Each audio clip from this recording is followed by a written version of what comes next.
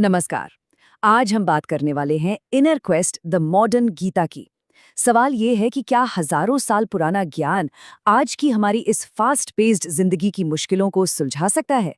चलिए इसी सवाल का जवाब ढूंढते हैं और देखते हैं कि गीता के सिद्धांत आज भी हमारे लिए कितने काम के हो सकते हैं। कभी कभी ऐसा लगता है ना कि मॉडर्न लाइफ की इस रेस में हम बिल्कुल अकेले पड़ गए हैं। हर तरफ बस स्ट्रेस है, भागदौड़ है। ये सोर्स मटेरियल हमें यही बताता है कि ये सिर्फ एक इंसान की कहानी नहीं है, ये हम सब की सच्चाई है। एक ऐसा संघर्ष जिससे आज हम सब कहीं ना कहीं किसी न किसी तरह से जूझ रहे हैं। बिल्कुल भगवत गीता की तरह ये सोर्स भी जिंदगी को एक जंग के मैदान की तरह देखता है। पर ये तलवारों और तीरों की लड़ाई नहीं है। ये वो लड़ाई है जो हमारे मन के अंदर चलती है, सही और गलत के बीच, अपने मकसद और भटकाओं के बीच। एक ऐसी जंग जो हम हर रोज लड़ते हैं। तो आखिर ये मॉडर्न दुनिया का जंग का मैदान दिखता कैसा है? कौन सी वो ताकतें हैं जो लगातार हमारी शांति और सुकून पर हमला कर रही हैं? आइए जरा उन चुनौतियों को समझते हैं जो इस लड़ाई को इतना मुश्किल बना रही हैं। देखिए हमारी दुनिया कितनी तेजी से बदल रही है। टेक्नोलॉजी की रफ्तार, समाज में लगातार होते बदलाव और जिंदगी की एक ऐसी स्पीड जो कभी रुकने का नाम ही नहीं लेती। सोच के मुताबिक ये सारी चीजें मिलकर हमें थका हुआ और अकेला महसूस कराती हैं। और ये सिर्फ बाहरी शोर नहीं है, ये शोर हमारे अंदर तक जाकर हमारे मेंटल हेल्थ को चैलेंज करता है। तो इस मॉडर्न वॉर के बीच हम शांति कैसे पा सकते हैं? इसका जवाब कमाल का है।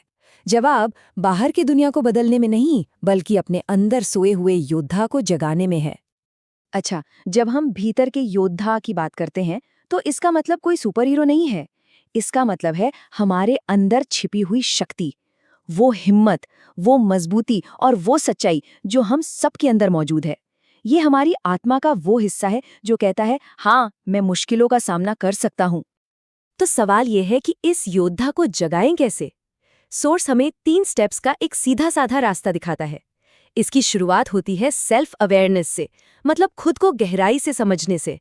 इसके बाद आता है अपने मकसद को पहचानना कि हमारे जीवन का मिशन क्या है। और आखिर में अपने डरों का सामना करना। ये सिर्फ थ्योरी नहीं है, बल्कि अपनी अंदरूनी ताकत को अनलॉक करने का एक प्रैक्टिकल तरीका है। एक बार जब योद्धा जाग जाता है तो उसे इस लड़ाई के लिए सही औजारों की जरूरत पड़ती है। तो ये सोर्स हमें गीता के ज्ञान से मिले कुछ सबसे पावरफुल टूल्स के बारे में बताता है। चलिए देखते हैं इस वॉरियर की टूल किट में क्या क्या है। सबसे पहला और सबसे जरूरी औजार, अपने मन पर काबू पाना। ये एक लाइन सब कुछ कह देती है। अपने मन को नियंत्रित करें, वरना यह आपको नियंत्रित करेगा। बात सीधी सी है, अगर हम अपने विचारों और इमोशंस की लगाम अपने हाथ में नहीं रखेंगे तो वो हम पर हावी हो जाएंगे। माइंडफुलनेस और फोकस हमें अपने मन का मालिक बनने में मदद करते हैं, गुलाम नहीं। हमारा दूसरा टूल है जुनून से आगे बढ़कर अपने असली मकसद को खोजना। देखिए, जुनून एक चिंगारी की तरह हो सकता है, बहुत रोमांचक पर अस्थायी। दूसरी तरफ उद्देश्य, या जिसे सोर्स में धर्म कहा गया है, वो एक लाइट हाउस की तरह है, बिल्कुल स्थिर और अटल। ये हमें एक पक्की दिशा देता है और हमारी जिंदगी को गहरे मायने देता है। और तीसरा टूल है रेजिलियंस, यानी मुश्किलों में डटे रहने की ताकत। ये लाइन इसकी आत्मा को पकड़ती है। विकास वहीं शुरू होता है जहां आराम खत्म होता है। असली ग्रोथ चुनौतियों को अपनाने से ही आती है, उनसे भागने से नहीं। हर मुश्किल, हर बाधा हमें पहले से और मजबूत बनाने का एक मौका है। तो जब हम मन पर काबू पाते हैं, मकसद के साथ जीते हैं और रेजिलियंस को अपनाते हैं, तो इसका नतीजा क्या होता है? नतीजा है बाहर की उथल-पुथल के बीच अंदरूनी शांति। मतलब बाहर तूफान भी हो, तब भी अपने अंदर एक शांत कोना ढूंढ पाने की काबिलियत। एक शांत योद्धा का यही मतलब है। बाहर की दुनिया में चाहे इकोनॉमी की टेंशन हो या समाज में अशांति का माहौल, लेकिन उसके अंदर शांति, स्पष्टता और करुणा बनी रहती है। यही अंदरूनी स्थिरताई तो असली ताकत है, जो किसी भी हालात पर निर्भर नहीं करती। तो इस सब का निचोड़ क्या है?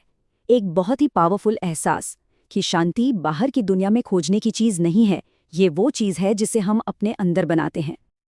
अब चलिए अपने नजरिए को थोड़ा और बड़ा करते हैं। ये सोर्स हमें हमारी अपनी लड़ाई से ऊपर उठाकर एक बहुत गहरी सच्चाई की ओर ले जाता है। ये है एकता की दृष्टि, जहां हम सब एक दूसरे से जुड़े हुए हैं। हमारा सबसे बड़ा वहम ये है कि हम सब अलग-थलग हैं, अकेले हैं।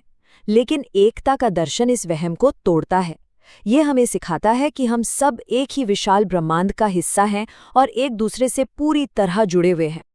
और मजे की बात यह है कि ये सिर्फ कोई आध्यात्मिक या फिलोसॉफिकल आइडिया नहीं है। आज की मॉडर्न साइंस भी इसी तरफ इशारा कर रही है।